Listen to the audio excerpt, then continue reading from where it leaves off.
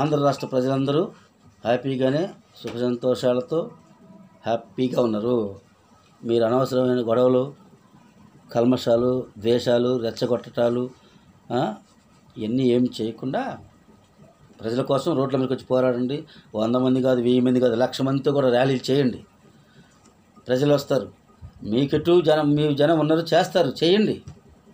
ప్రభుత్వం కాస్త జాగ్రత్త పడుద్ది, ఇంకా తొందరగా పథకాలు ప్రజలకు అందుతాయి. అంతవరకే కానీ ప్రజలను మాత్రం ఇబ్బందులు పెట్టొద్దు. ఈ రాష్ట్ర అభివృద్ధిని అడ్డుకోవద్దు.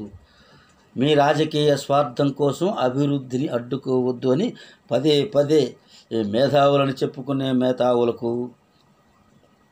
ముఖ్యంగా ప్రతిపక్ష హోదా లేకపోయినా ప్రతిపక్షంగా మీరే ఉండాలి కాబట్టి ముఖ్యంగా జగన్మోహన్ రెడ్డి గారికి కూడా మేము చెప్పే సలహా, బీసీ నాయకులుగా, బీసీల కోసమే పుట్టిన పార్టీగా మా పార్టీ, మా నాయకులు కానీ మేము చెప్పేది ఏంటంటే, మీరు కన్స్ట్రక్టివ్గా మీరు రోడ్డు మీదకి వస్తే మేము కూడా మీతో పాటు వస్తాం.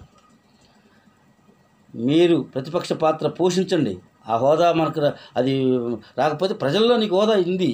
ప్రజలు 40% జనం, 39.4% జనం ఉన్నారు, ఓట్లేసినారు మీకు.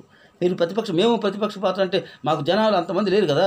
మాకు వందల సంఖ్యలో, వేల సంఖ్యలో ఉంటే మీకు కోటి చిల్లర ఉండరు. అందుకు కాబట్టి మీరు ఖచ్చితంగా మీ ఎమ్మటి నిజాయితీగా, న్యాయంగా, న్యాయబద్ధంగా, చట్టబద్ధంగా మనం చేసే ప్రతి ఉద్యమానికి కూడా మా పార్టీ కూడా ప్రతిపక్ష పార్టీగా మీకు సపోర్ట్ చేస్తాం. అందరం కలిసి ప్రభుత్వాన్ని మనం ప్రజలకు కావాల్సిన పథకాలన్నీ అమలుపరుచుకోవచ్చు. 5 ఏళ్ల తర్వాత ఎన్నికలు వచ్చే నాటికి మళ్ళీ ఎన్నికల కోసం కొట్టాడుకోవచ్చు.